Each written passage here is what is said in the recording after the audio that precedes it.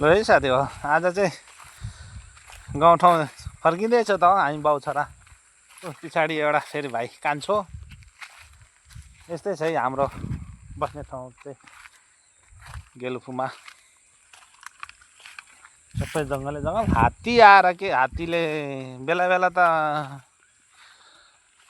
मार्लै जस्तो गर्छ त हो हात्तीले। अब कति दिन जस्तो बस्ने? 10-12 दिन बस्ने माथि गएर? ए माथि अरे गाउँमा?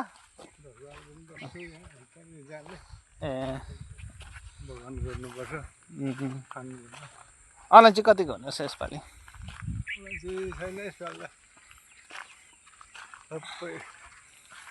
यो बोक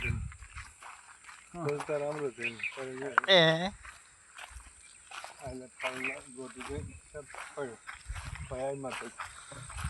त्यस्तो भएपछि त कहाँ उँभो लागेर त हौ।